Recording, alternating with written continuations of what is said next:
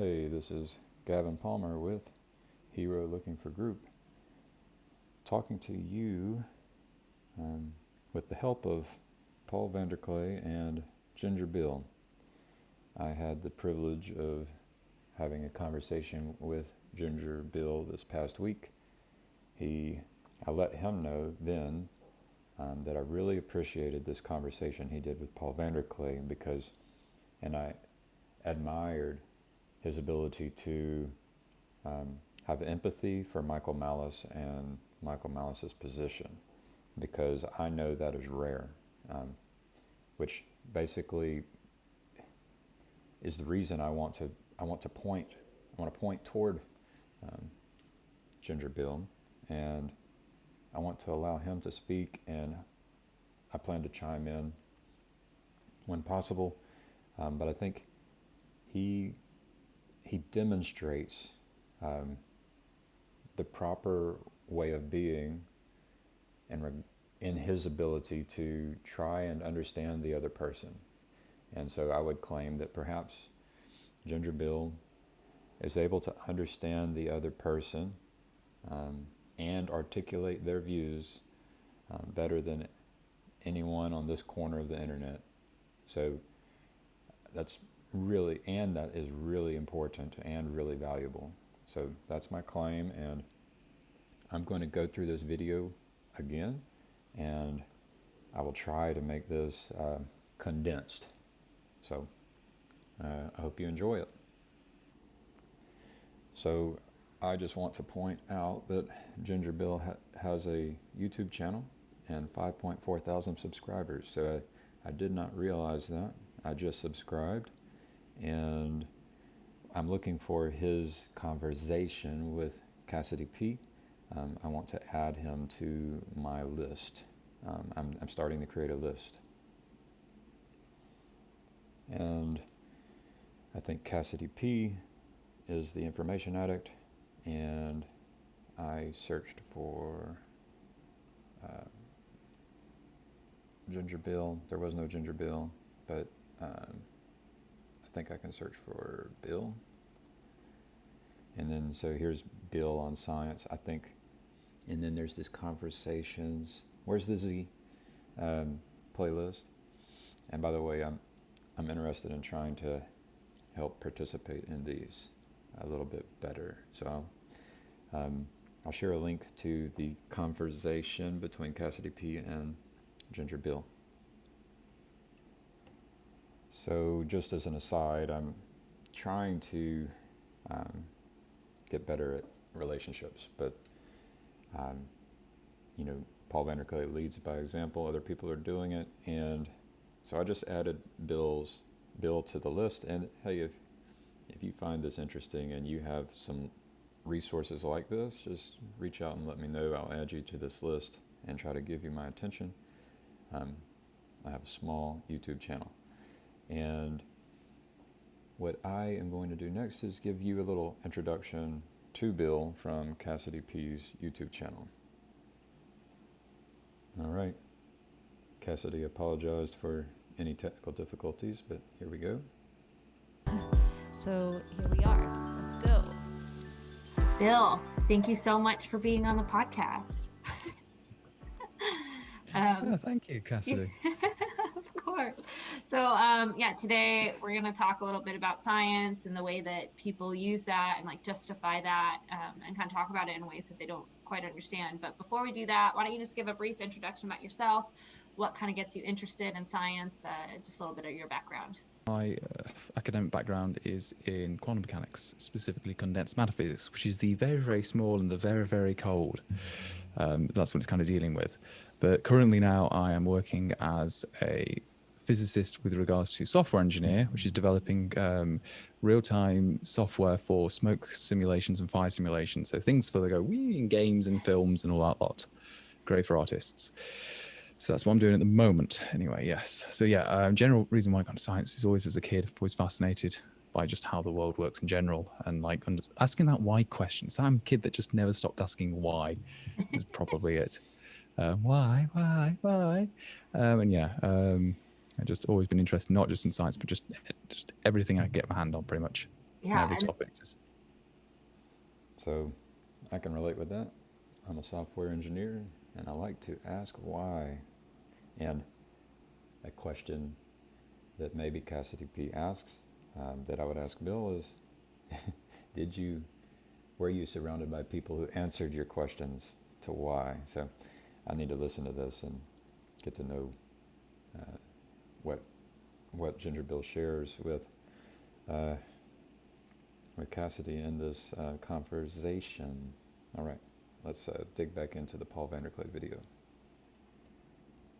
Let's let Paul do an introduction. Last week, on Saturday, I posted a second video talking about the Jordan Peterson, Michael Malice conversation. And the first one I had posted a little bit earlier in that week, and it got some interesting feedback. And so I thought I'd pursue it.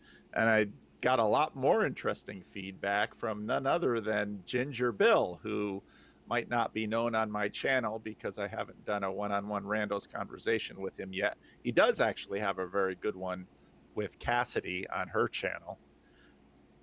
But, so then I got into church I don't usually look at comments on the weekends. And so I got into church on Sunday, and Rick's like, "Oh, you really got it going with that video." I said, "What?" He says, "Ginger Bill isn't having it." And I said, "Ginger Bill isn't having it? What did I do?" Because I had a lot of, I can't look at this feed because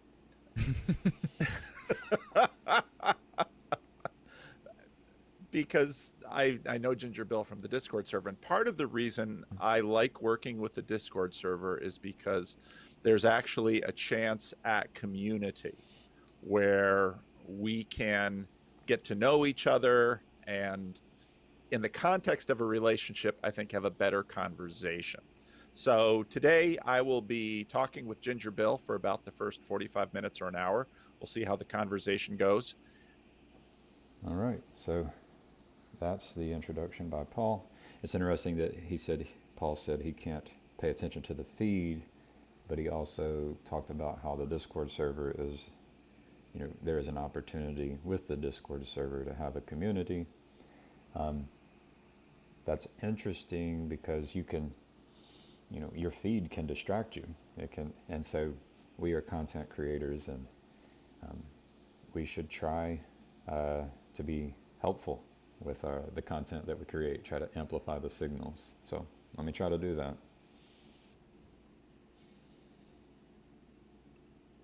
And this is sort of an experiment because I do the question and answer every Friday. Those aren't going to go away as such, but I would like to broaden out into some other kinds of conversation, which I think we can do well in the context of this Discord community.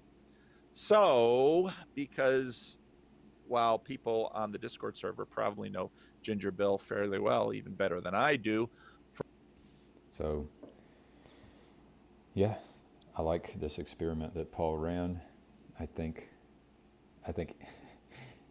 Ginger Bill is probably a really good relationship for Paul, and for, he would probably be a good relationship for all of these people. Any of them. Jonathan Pajot, John Vervaeke, Jordan Peterson.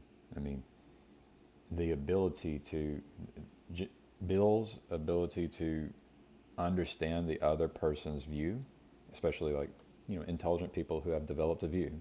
His ability to understand their view is exceptional. Bill is an exceptional human being. When you have a feed, there are distractions. But if Ginger Bill sends you a direct message, you probably should give him your cell phone number. And if he sends you a direct message, maybe not the cell phone number, make sure he knows how to send the signals. But yeah, he might be a really good contact. That's what I'm thinking because of this conversation. And here goes Bill. So I guess today's video is discussing two particular videos you've recently done, I guess, isn't it? Which is the two videos were called Blue Church wore into the heavens, birthing spirits into estuaries. And the second one, are the woke left and anarchist two faces of the same coin? Now, I guess how I got onto here is because I wrote 2 comments on the latter video, which were talking about both videos together. But again, YouTube comments, I didn't want to make it an essay, so I kind of split it to 2 comments. And I was kind of disagreeing with Paul, and shall I read them out direct? So he was disagreeing with Paul. So like this, Grimgriz is doing the beholder. And the beholder, I think there should be 2 beholders, right? There's the beholder that Grimgriz did, which is where you take a large video and you allow your community to point at the most valuable pieces in the video, as far as like, I would say, what are the truthy clips? So this is your truthy beholder, where you are in agreement with whatever the person said, and I think that's a valuable beholder. And I think you need another beholder, and this one might even be more valuable, but harder for most people, is the non-truthy beholder. And what I really like is that Paul is experimenting with the non-truthy beholder here, and this is what is really valuable for like this. Directly, or Yeah, just go ahead. summarize them? That's a good. Well, No, let's go just ahead read and them out. Why not? That's a fine thing. Yeah, Because so- everybody loves your reading voice anyway. So Yes. Okay. So it's just sleep. Yes. Bedtime stories with Ginger Bill. But no, this is not really a story this time. So with the first video that Paul did on Michael Malice, my main view is that I think he completely understood what the things he was criticizing about, and brought along like preconceived notions of what like anarchism was, and implied that without actually listening to what Malice was actually saying in that. So in this first video, Paul's quip was about calling him woke by a different name. That's really important because, like, Bill knows how to listen, right? He doesn't. Our brains, we have bias and we straw man, right? We interpret the other person's words based on our own definition of the words, which is usually ignorant when you're encountering words that are unfamiliar. But even familiar words can be used in strange ways. So, yeah, Bill is very good at listening, and this is proof that he's good at listening. And I'm glad that Paul gave Bill the chance to communicate on behalf of Michael Malice. Which was around about 54 minutes into that first video, when Malice said, and I quote, "Unity through politics always means oppression." And I would say this is just wrong, what Paul is saying, like this retort. Because the main reason is Malice is being tautological here. What I mean is that by definition, the state is a polity under a system of governance with a monopoly on force and violence. So this is the textbook definition, effectively. Like, you can find this in many sociologists, even like Max Weber would write this. Notice that Paul, he looks like he's either typing or closing his eyes, but he's doing something about trying to listen, right? So that's noteworthy. And I agree with what the definition that Ginger Bill is providing here about the state. So this means that any use of the politics through the state is by definition using force and violence of the state to achieve your ends. You can argue that this is legitimate use, or necessary evil, or unnecessary evil, or whatever, but the statement is true regardless. And again, I was saying the quote was wrong. So in the comment as well, I wrote a little definition of what oppression is. I got this from the Merriam-Webster. Oppression, noun, a situation in which people are governed in an unfair and cruel way and prevented from having opportunities and freedom. So just trying to keep the definitions there, something I guess Malice would agree with. So if you are forming unity through involuntary means, then for the Malice this is completely immoral and an unjust action. If the unity is achieved through voluntary means, then Malice wouldn't really give a care at all, to be honest with you. Again, in the first video, Paul started talking about anarchy as chaos, which means he doesn't really know the meaning in the technical philosophical sense of the word. In colloquial speak, people do use the term anarchy to mean chaos or rulerlessness. The way Malice is using it is the absence of a state, i.e. no ruler or rulers, because the word anarchy means none or no without ruler, anarchy. So Malice never, and then another comment I was criticizing is, this is I think around about, right at the beginning, actually, the slide was one of the first slides you did. Malice never said once that all cooperation is tyranny, nor even implied it. His point was that cooperation through force is not moral. If you want a better term for Malice's political philosophy, you could use the term voluntarism, but that's still not technically correct for him. And I'll explain later if we can just do a discussion. And to be even clearer about Malice's standpoint, he wants to privatize everything. It stems from the belief of natural rights, which are a form of private property rights, which all stem from the concept of self-ownership and individual sovereignty. And when I mean privatize everything, I mean privatizing the courts, so having private law, privatizing defense agencies, so having competing defense agents rather than having a state monopoly, which is the police, privatizing the banks, and everything from that regards. So he may argue he wants more order, not chaos, and the state is what brings chaos in a different form. And lastly, when Malice said the battle is won when the average American regards a corporate journalist, exactly the same as it regarded tobacco executive. After that, he was playing devil's advocate for the tobacco executive. He was not defending him whatsoever. But then you were kind of discussing something he would agree with. And I would add on to this, he would say, yes, the tobacco executive knows he's selling cancer sticks. So your view is like, yes, we know what he's selling. That's the product he's selling. They need to understand what the corporate journalist is selling as well, in that sense. And it's the metaphorical equivalent of like cancer sticks in that sense. Again, the last thing is, as for use of the blue church, Malice uses a term coined by Mencius Mollberg, also known as Curtis Yarvin, called the cathedral, and uses that as a model of analysis.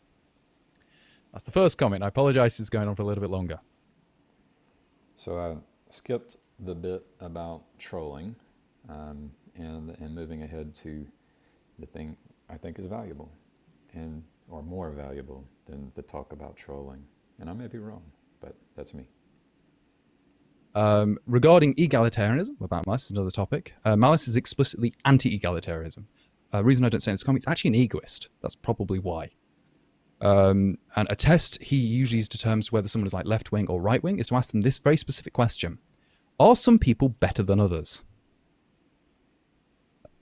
Now, his terminology is a right-winger will say yes, a left-winger will give you a speech. And he says that what happens about 100% of the time. And it's like, okay, fine, I don't use it myself. It's his test, not mine. But to quote a famous economist, philosopher, historian, and also the father of anarcho-capitalism, in the tradition of Malice, in a sense, egalitarianism is a revolt against nature. This is from Murray Rothbard. In fact, there's the book and the collected essays I own, because I've been researching a lot. So show it up to the camera, be better. There we go, Murray Rothbard, and other essays as well. Again, he was a very natural rights theorist as well in that regard. So, okay, so regarding corporations, this is one of the criticism that Paul had. I'm going through all of them. So just want to mention that Bill, he mentioned the word egoism, which he would say, I guess, is connected to Ayn Rand. So I got to talk to him about that a little bit, and that may be an interesting topic. But I'm going to find the next Beholder clip. Here we go, doing the reaping. Well, the exact next part was a gem, and I have to listen to it multiple times. So I'm going to play it, pause it, think. I might replay it in the background so I can respond because it's dense. Here we go. Listen carefully. Okay, so regarding corporations, this is one of the criticism that Paul had. I'm going through all of them. So corporations do differ from other companies and other forms of organization. Corporations are entities which are endowed by the state themselves. They are quite a modern invention which arose around the same time as the modern state itself. But again, as Paul correctly points out, corporations are principalities. And even in legal terms, they are classified as a person. And those patterns manifest in really interesting ways. So both Peterson and Malice are correct when they were discussing corporations, but from two different viewpoints. So Malice is looking at a goal-oriented aspect, while Peterson was talking more of the inevitable economic structure causing this type of entity. They are both correct and compatible viewpoints. Notice, correct and compatible. And so Bill understands this. I'm sure he does, that there are viewpoints that are not compatible, right? And that would be an interesting conversation, is to be able to point at viewpoints that are not compatible and talk about how they may change in order to coexist. It's a very interesting topic. Let Bill continue this. point about corporations and how Peterson and Malice are correct. He says that Malice is talking about the goal of the corporation. Peterson is talking about the economic structure which creates it and perhaps even provides this feedback between the two. He also mentioned that Paul is correct about the corporation being a principality. So let me let Bill continue. But they were both describing a purpose and function respectively, and the fulfillment of the purpose. So a purpose and function respectively. So Malice talking about a purpose or a goal, and Peterson talking about a function. A function is like part of systems thinking. Function is the purpose is its function respectively, and the fulfillment of the function is the purpose is its function, which is basic Aristotle there. So the purpose is its function. That's the part that really I have to think about, so I'm going to pause. So I think the truth in this idea about the purpose is its function is that your intentions may be good, but the results may not be good. This is, this idea that hell is paved, the road to hell is paved with good intentions. So that's a really good point that we should try to remember. All right, this section is called Regarding Evil. Regarding institutions and hierarchies being necessary, Malice agrees to this too. The difference is that he does view that institutions which are based around force and violence are not necessary evils, just evil. So that's the thing. Some people think they're necessary evils. And some people would they don't even want to add the word evil. They just say they're necessary. Force and violence are necessary. And this is where I see Malice's, I lean toward Malice's view here, Michael Malice, which is an interesting last name. So I'm going to let Bill continue his thought. And there's the difference here. So again, within older forms of anarchism would probably do like no hierarchies and all that stuff. But that's more the left-wing forms, and Alice is technically a right-winger in this regard. So it's good to realize that within so you've got a symbol called anarchy. Bill's mentioned that there's the colloquial meaning, which means chaos, which is what kind of the most naive understanding is, which is that's how most people operate. You have to be really careful about just allowing that word to become part of your beliefs and your programming. The colloquial is not deep, it's very superficial, it's surface level. And then he talks about, then you can go into it, and then even within anarchy, which means no rulers, you have people who, like Malice and myself, who are okay with hierarchies, and you have people who are more, I think Bill called them left-leaning, but they're different, and they don't like hierarchies, or maybe they're egalitarian, because there was this part about egalitarianism, and Michael Malice's question that allows him to understand if you are a kind of a person on the right or a person on the left, as you ask them this question, which could be a good question for Paul to ask, or for people to ask when they do conversations. Probably need to write down that question. Are all people equal? It's a good question. I do have kind of a speech, so maybe I'm left-leaning, according to Michael Malice. So this next part is called Regarding Hyperbole, which is, it's interesting that it's right underneath regarding evil, because hyperbole and tricksterism and joking, it's this way of using words which is manipulative. It is not like objectively true, but it may be pragmatically true if it works. But that depends on your goals. And so I am very careful about joking and hyperbole and inflection and intonation of my voice, apologies to the listener. Bill has a better voice. 1337, let's go, Bill. So the "let's send the tanks to Harvard Yard" is a meme amongst the indiscriminate across like the New Right, which he's written a book on. This is actually comes from Mencius Moldgub himself. He was talking about disgusting. So it's not meaning it necessarily literally, but it's hyperbole to show how much discontent they have for something of this wing of the cathedral. Again, the small book term. So, yeah, the cathedral, I think, is connected to these institutions that are carcinogenic, like providing quote-unquote news and quote-unquote education, right? These institutions that can't be trusted. And the reason you have to be careful about hyperbole and joking is because, Paul, he interpreted anarchy the incorrect way. He didn't actually understand and wasn't listening or trying to understand the person using the word, which is something we all do, and we should all avoid. But this is where you've got the function of a system, or you have the function of the language. When you use words, and especially when you use the hyperbole and the joking, it might not be wise to do so in a world where filled with people who leap to a interpretation and are not skeptical of the interpretations that arise in their mind. I mean, you can have the Holy Spirit and people will interpret it, even with the intonations and the video footage, people can interpret it the wrong way. Plus, people can take this text, they can take the words, put it in text, and then without the intonation, it looks horrible. He wants to send tanks to Harvard Yard. Really? I mean, that scares people. So, I don't think Malice cares, but I care. All right, let's continue.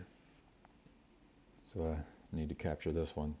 I mean, he lays it out. This is the main thesis of Michael Malice. The state doesn't know what's best for you and Oops. Let me try again. It would be cool if I could undo the last clip that I played and paused. I don't know if OBS has that, but I could probably write that software, and maybe even Bill could write that software, or maybe it even exists. Let me know in the comments if you are an expert at OBS. Let's try this again. So Malice's main thesis is the state doesn't know what's best for you, and ascribing its will onto you through force is immoral. This does not mean you know what is best for you either, but at least you're not being forced through violence to do something. And my last thing was... And I just want to point out, like, I'm a father, and this is something I struggle with. Like, I am the state. My wife and I are the state. And yeah, my wife and I have a voluntary relationship. And I don't like to use violence and force on my children. I don't like that. So I do see, this is like the government treating you like the big brother, which would be terrible, or the nanny, which might be terrible, unless it's a really good nanny. I doubt it. I don't think the nanny could I don't think there is a nanny in the world that could love my children as much as I do. But the government trying to fill the shoes of the ideal parent. I mean, what is the ideal parent? This is the question. What is the ideal parent? This is the thing this is the question about who is God. Okay? I'm gonna let Bill talk some more. He has a lovely voice. And I think Bill just echoed. We're in the same wavelength. This is why I like Bill. He communicates better than I do. So I want to amplify these. I want these people to be amplified and empowered. So here you go, Bill. And my last thing was, in terms of religion, participating in the church or kingdom of God is voluntary in that same way. It is not forced participation. Being a virtuous man of good character and integrity also requires grace and mercy. Yes, it's good. That is good. I really like it. Okay, let's find some more. Let's go reap some more clips, guys. So I wanted to allow Karl in. So Karl, I've heard about him. Maybe it would be interesting if there is this Paul Vanderklay and Karl conversation. Like, that would be pretty interesting.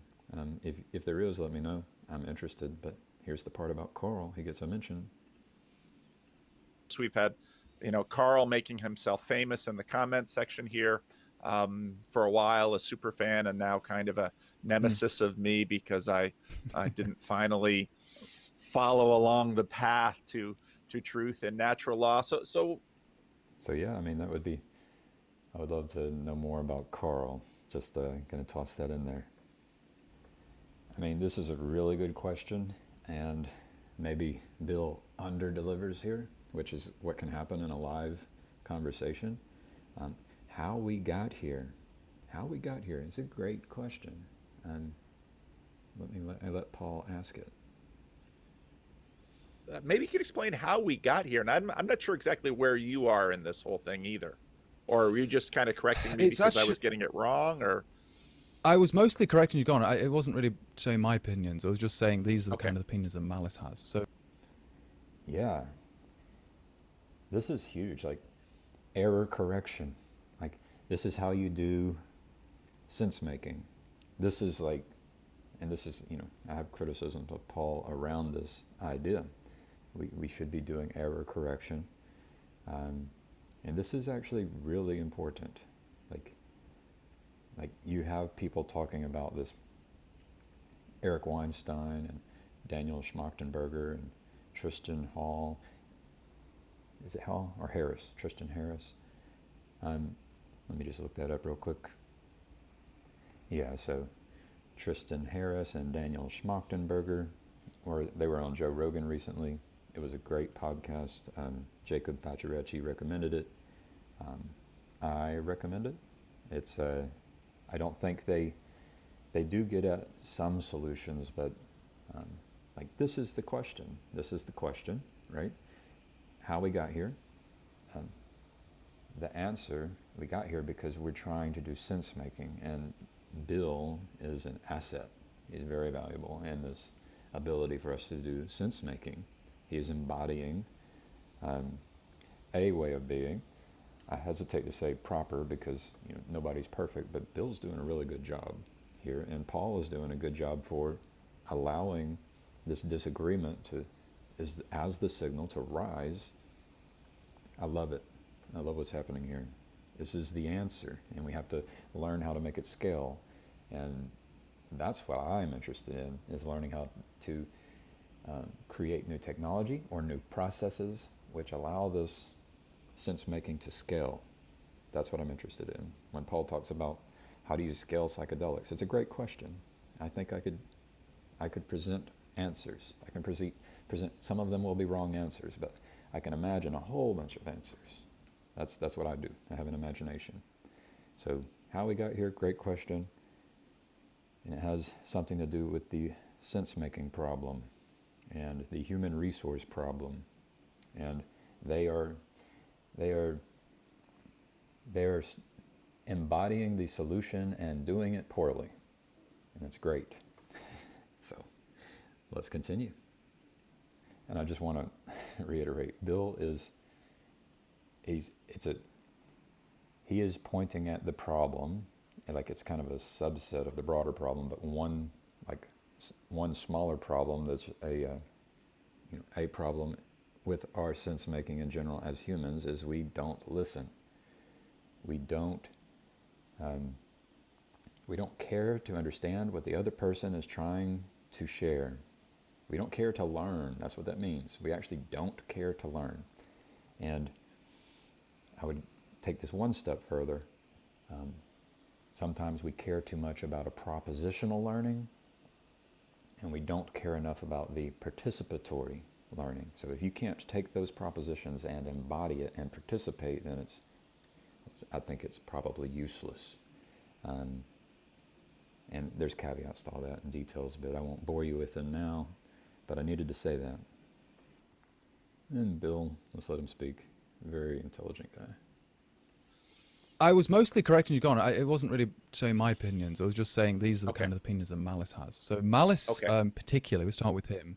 It comes technically from the Ayn Rand traditions, the objectivists, in that sense. He's a very big fan of her. He's not an objectivist himself, especially being an anarchist. For the objectivists, minarchism is the correct position. But he also disagrees with her in many things. But Isn't that interesting that there's a correct position? Like, you take this word like objectivist, which, objectivism, you would think, I'm being objective about this choice not to jump off this building.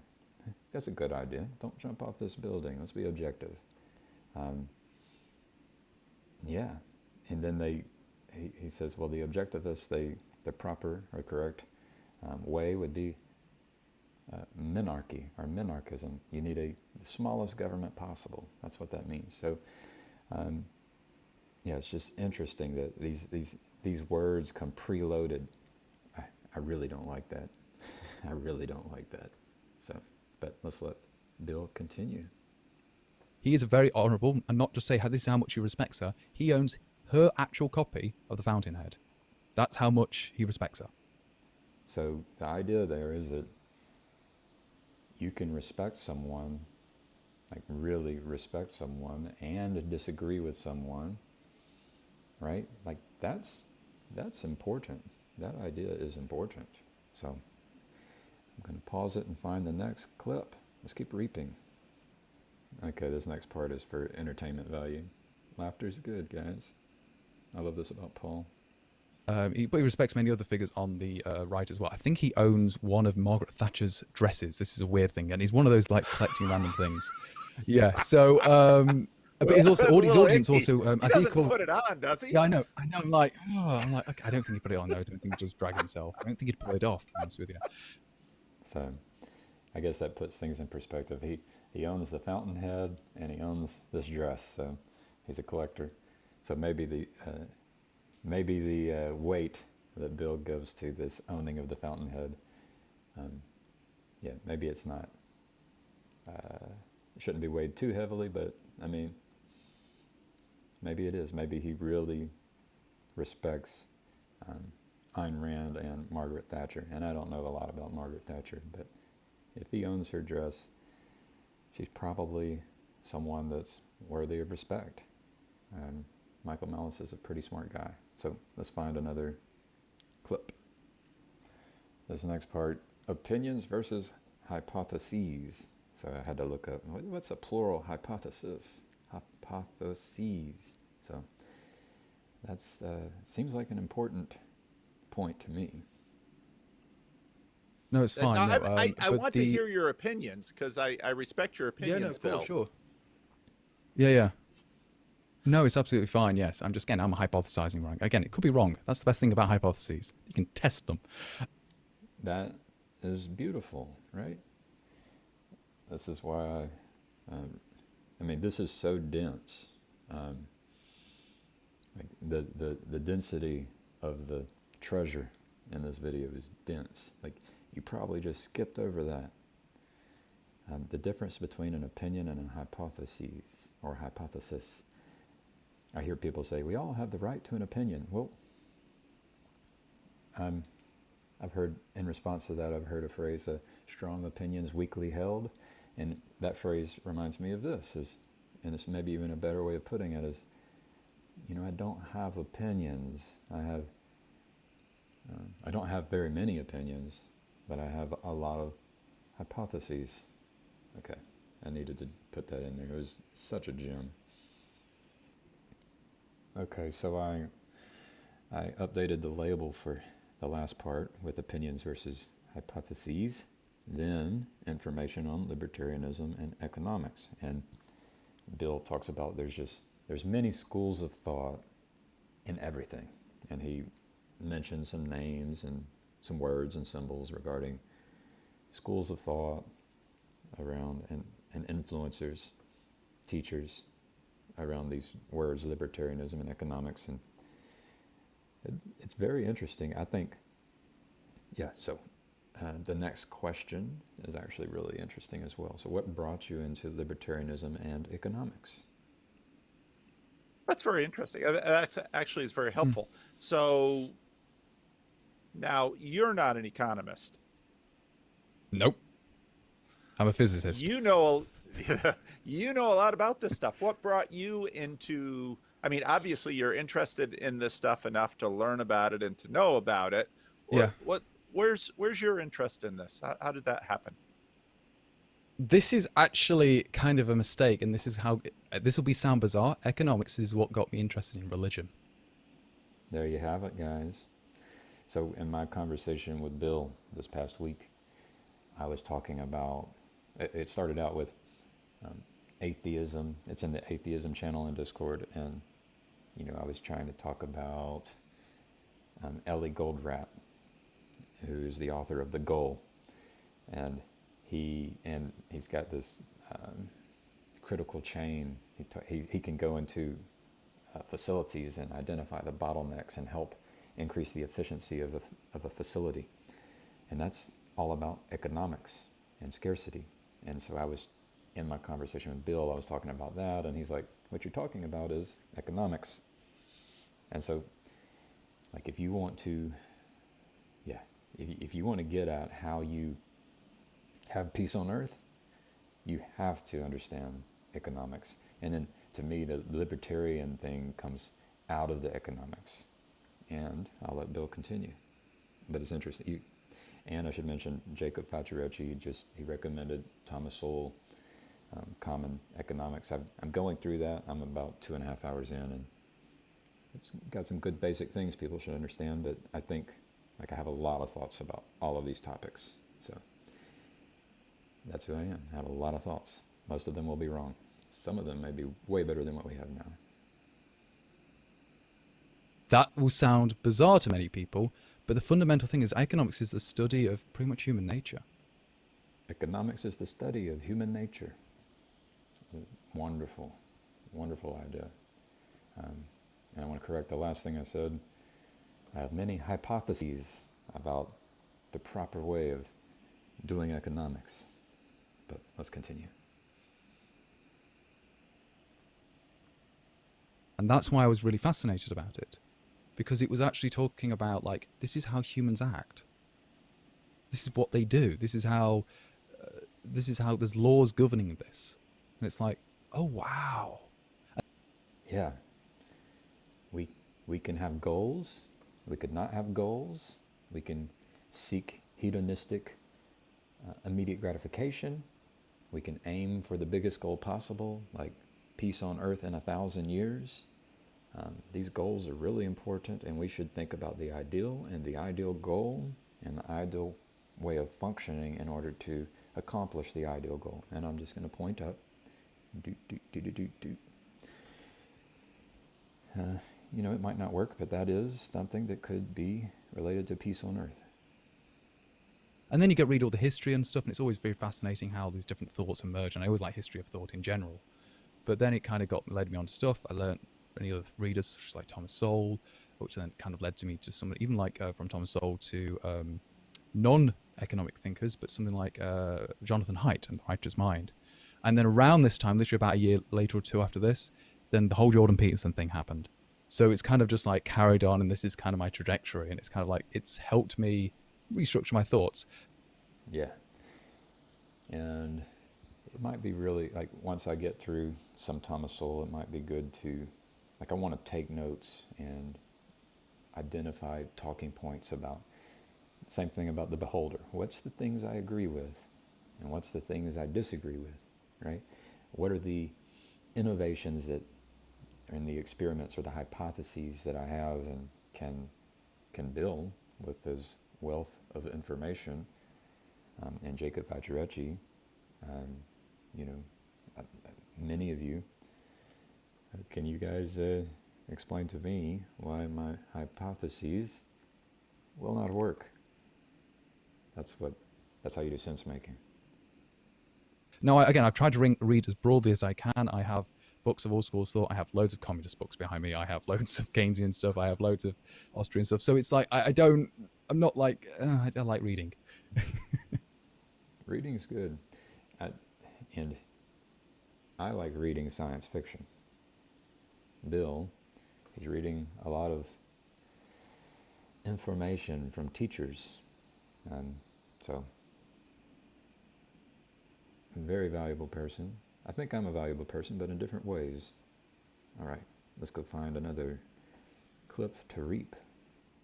So this next question, if you're doing conversations, which I'm interested in trying to learn how to do, it's an interesting question in this corner of the internet. Why did this community gather around Jordan Peterson? So I just tried to do a conversation with Jason Delport. It's unlisted, but maybe it goes to Randos United. And I want to do one with Tyler Hollett.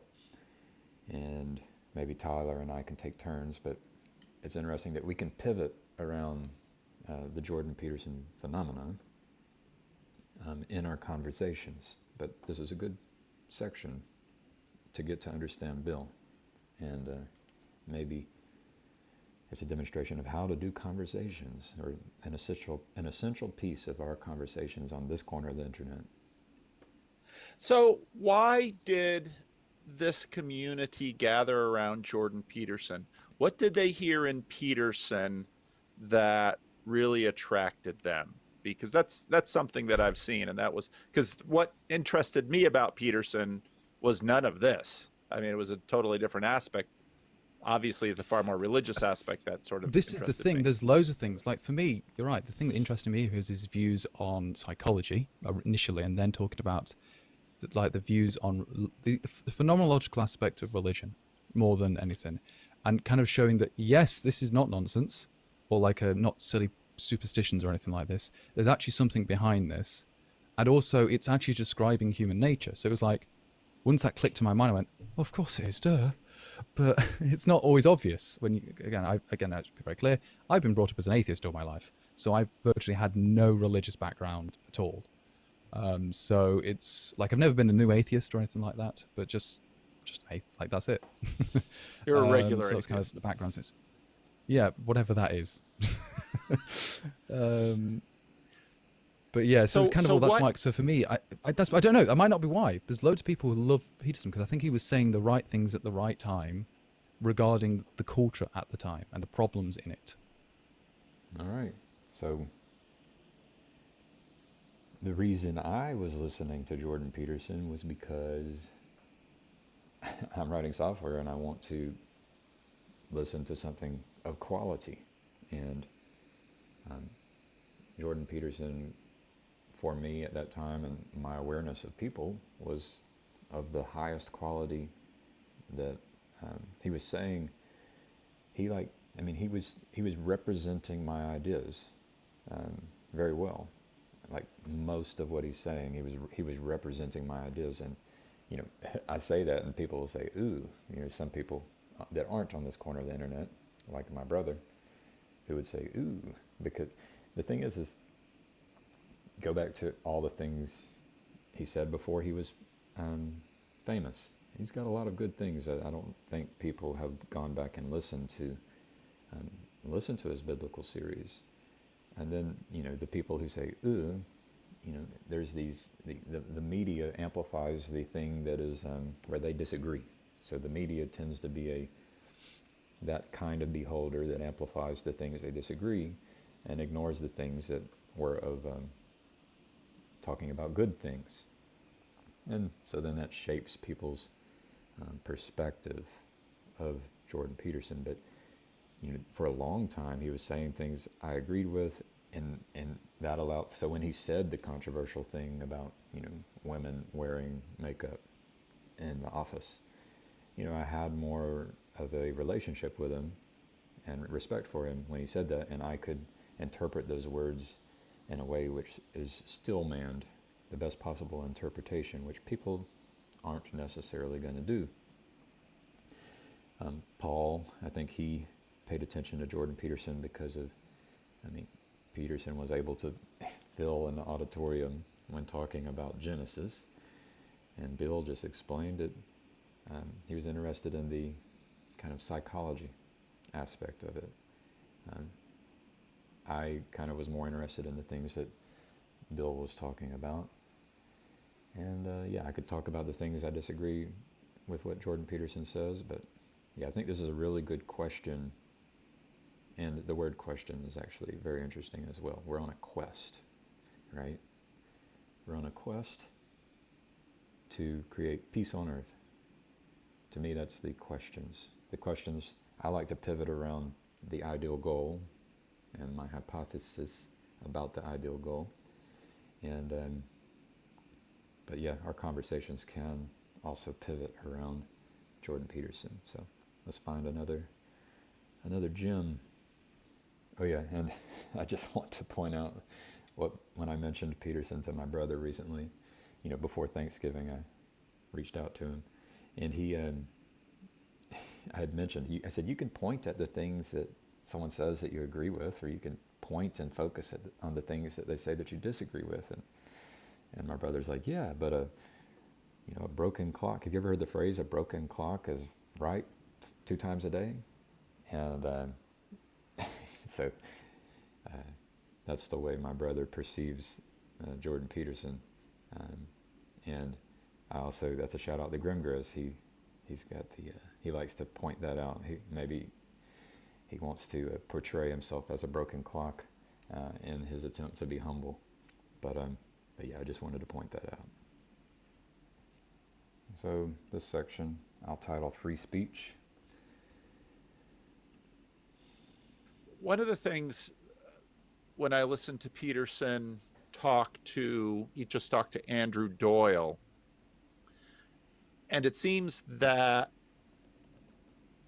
in the UK, when I listened to some of the stuff Andrew Doyle was talking about with respect to laws about saying mean things about other people on the internet and how that can get you in trouble, I thought, wow, that's not in America. You might get kicked off of Twitter, but the police aren't coming to your door. We've got a thing called the First Amendment. So Paul's actually wrong here when he says that. I disagree with Paul. And yeah, some people don't enjoy pointing out the disagreements, but there's a lot of people who see their country as in a certain light. So the same way my brother sees Jordan Peterson as something that he is not, people will see their country or their church or themselves as something they are not. We have a bias, and we don't have free speech. Now, we might have the ability to say more things in this country than we can say in other countries. Yeah, definitely. But there are things you can't say, and we could talk about that. The common rebuttal is, you can't yell fire in a crowded building. Okay, well, let's talk about something else. Well, how about we create a new constitution? I remember I was in the Zeitgeist movement and the Zeitgeist movement forums, and I was writing about, I actually created a constitution. And I remember my aunt, I sent it to her, and she got scared for me, because this was during the time of the second Bush, President Bush, after 9/11, and she's like, they will come for you. And so I tried to be a little more careful. Later on, my brother married someone who ended up working for the CIA, I think, and she said that she told my brother that my brother and I were on a list of people who have done sedition. And I was told that she maybe removed my name from that list, but yeah, I don't think we don't necessarily have free speech. You have to be careful. There are things you can't say. Like, I could say things about the president that if I say that, they will come for me, right? There are things you cannot say, and maybe you should be able to say them if you want to have peace on earth. So, Paul, you're not right, buddy. You are not right. Okay, just needed to chime in on that. So yeah, the next section is, how is this conversation different in the UK from the US? And it's good to point out the differences. And I will say that perhaps when I said those things that were seditious, that was a different time than now, where we are able to say all kinds of things that might be seditious, but there's other things we can't say as well. I'm reminded of my Facebook post where I talked about love privilege in comparison to white privilege, and the claim that being loved is a privilege and one of the greatest privileges. So, and that's in connection to this idea that God is love. But that didn't go over very well on my Facebook wall. Probably, if it became popular, might get fired, right? Just because people can interpret it any way they want. So, yeah, that's what this next section was about. Let's look for the gem. Let's look for it. So, Paul asks Bill, why the interest in human nature? And one the answer that I have that kind of resonates with what Bill said was, I want to know what's going on in here. And what's cool is like you can do, by understanding what's going on in here, you can then begin to understand what's going on for other people as well. But the reason for me is connected to the ideal, right? So, in Christianity, Jesus and Christ was, it's kind of been pervasive in my culture, not in my immediate family, but it leaked into my brain as an ideal, or a possible ideal, and so I was interested in seeking the ideal and questioning, is Jesus the ideal? Is Christ the ideal? What is Christ? And what is the ideal goal in relation to an ideal economy? So what is the ideal psychology in relation to the ideal human? And then that breaks down into the ideal husband, the ideal father, the ideal employee. I've been asking myself these questions and seeking the answer internally for years, and so I really resonate with that part. And then I just going to mention the next part. Paul expresses gratitude of Bill's critique, and let's play it. I very much welcome your critique because I learned a lot from it. Yeah, sure. And it's really helpful to be called out, especially in terms of getting someone wrong, because the better you actually know them, the better you can engage with them instead of just talking past each other. So, and that is an ideal. Paul just embodied that. He embodied it in this conversation, in this experiment with a Q&A. And he embodied it at that moment, in that expression. I'm weird. It brings tears to my eyes. It's beautiful. It's beautiful. And I don't even uphold beauty as number one, like good, true, then beautiful. And it's all three of those. It's good, the participatory. It's true, the participatory. And it's beautiful. All three. Wonderful job, Paul. Thank you. And Paul continues, so I'm going to replay it. And I very much welcome your critique because I learned a lot from it. Yeah, sure. And it's really helpful to be called out, especially in terms of getting someone wrong, because the better you actually know them, the better you can engage with them instead of just talking past each other. So, and the fact that it came from you and that I at least know you a bit and trust you too, because I've seen you operate with other people on the Discord server, and I knew that Bill is an upstanding guy who speaks the truth and is a clear thinker and is very articulate. And so, obviously when I see comments from you, I pay more attention because I expect that you'll probably be right. An honor. Yeah. And then Bill he just said that's an honor. So yeah, Bill closed his eyes. That's meaningful. It's meaningful here. It's meaningful here. Like the meaning crisis, it's all wrapped up in this moment. it's beautiful. It's good, true, and beautiful. Now there's some lessons for me in here. Like I need to replay that. I heard, Paul mentioned trust. I'm not, these people that I've tried to interact with throughout the years, they didn't trust me. I could go through and talk about all the people I've reached out to who've ignored me. And then there's reasons why you earn trust. And so when I go and learn from experience, like with my nephew dying and having, trisomy 21, Down syndrome, and dying before his first birthday, and me learning from that experience, Bill can actually reference, reputable, trustworthy people who have written books, and so, and he is articulate. I heard Paul say that word. So,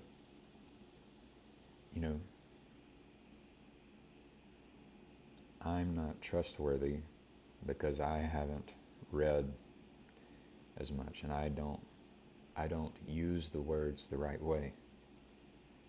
But that doesn't mean that,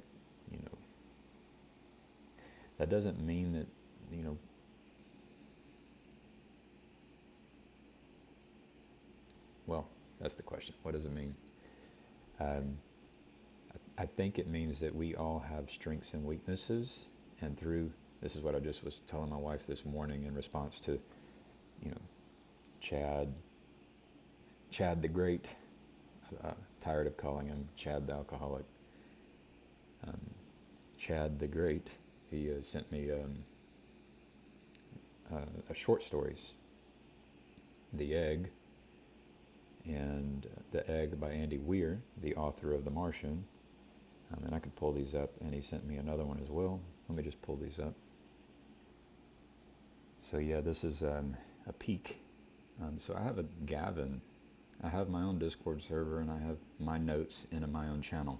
So Paul keeps notes in a different way. This is the way I keep notes. So there's the egg. Oops. And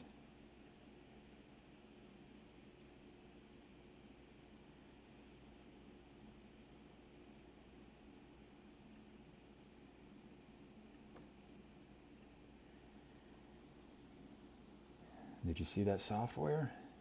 Someone learned. I think the operating system, that's Mac. Someone learned. All right, let me pause this thing and orient myself. Yeah, so The Egg by Andy Weir. It's a short one. I can put links to it in the description. And Chad the Great sent me The Little Soul in the Sun by Neale Donald Walsch. Neale Donald Walsch is author of, or maybe it's a part of, Conversations with God. And my wife and I talked about it. When I was talking to her about it, I was thinking about recording it for Randos United, but the point I was trying to make is that we have strengths and weaknesses, and we can complement each other through cooperation. And, my strengths kind of are in this territory of science fiction and imagination, being able to see a lot of things, some of it great, very few of it great, a lot of it not so great, but that's essential. I've actually witnessed how important that can be. And then you have Bill, has his, you can't do it all, right? And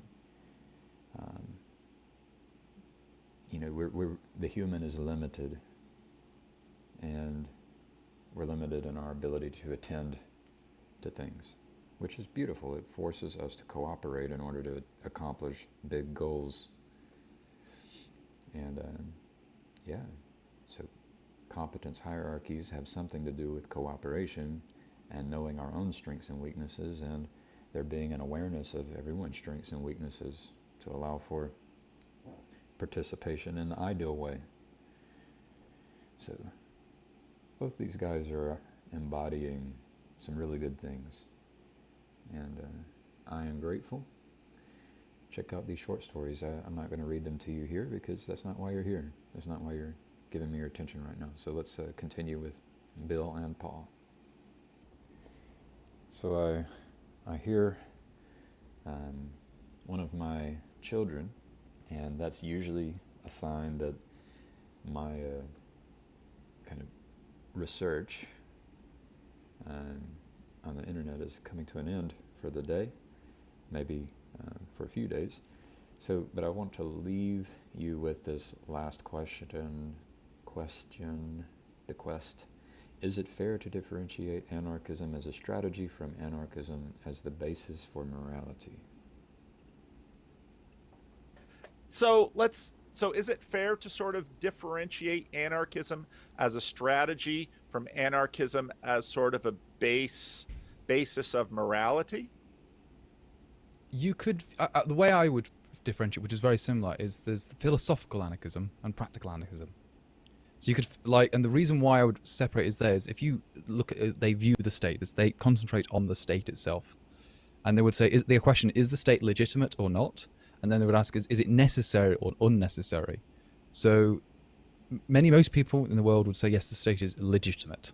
So regardless if it's necessary or unnecessary, it's legitimate. Then some people say, no, it's illegitimate, but it's a necessary evil, effectively. And that's, maybe people say, yes, they're evil and stuff, but we need them anyway for whatever reason their argument is. Now, and that would be, I would call them as like philosophical anarchists in a sense. They know that it's kind of an immoral thing, but the alternatives or the other comparisons are probably not better. Again, I'm not going to try and describe what that is because, again, multiple schools of thoughts on literally every topic you can meet. So if you meet 10 people, you can get 12 different opinions. And the other one is the unnecessary evil. So I would call these the practical anarchists. They said, yes, we need to get rid of the state, and yes, we think it's also it's like a moral imperative to do so. So yeah, you could, and it's like, yes, so there's the necessary evil people, philosophical anarchists, they would be viewing it more as a moral way, less than a strategy, and then the unnecessary ones, yes, they would be more of the strategy people, like, yes, this is practically possible as well. So there you have it. I see these things as, I like to imagine the ideal, peace on earth, and what that looks like as like a foundation for like what is like the most moral thing, the most ideal thing. And so,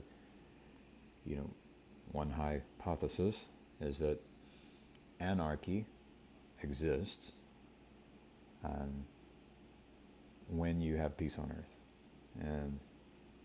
And that would be because every human alive, if you want to put it in religious terms, is they are Christ. They have embodied Christ fully. They have attempted to become the Messiah or to submit to the will of Allah. So they are also a Muslim. And they have done this perfectly. And perfection has something to do with this error correction process and listening and communicating and participating. And as we embody this and as it spreads, you eventually end up with something like anarchy, which, I think depends on technology and information technology and technology like the above, which provides for food, water, and shelter, your necessities. And there's a similar kind of view in economics. So you think about the ideal psychology and the ideal goal or future and the ideal economy and the ideal government. And obviously you have to know what you're aiming at and you can work toward it. But if you were to take the ideal and just drop it in right now, it can't work. So, yeah, that's my take. I kind of look at anarchy as the ideal, and I look at the socialism or a mix of like socialism and anarchy as an ideal, but also there's an essence of privacy, private property is mixed into it as well, and freedom. So there are these ideals that we can aim at, and people have been thinking about it for a long time, and the problem is that they try to force the ideal into now because of impatience, which is the wrong spirit. The right spirit is kind, gentle, patient, self-control. If you rush it, if you rush the socialism and rush the anarchy and try to rush the idea that I am Christ, if you rush it, you can end up suffering. So there's a time and a place. So I'll leave you with that. Thank you for your time and attention, and let me know what you think. Have a good one.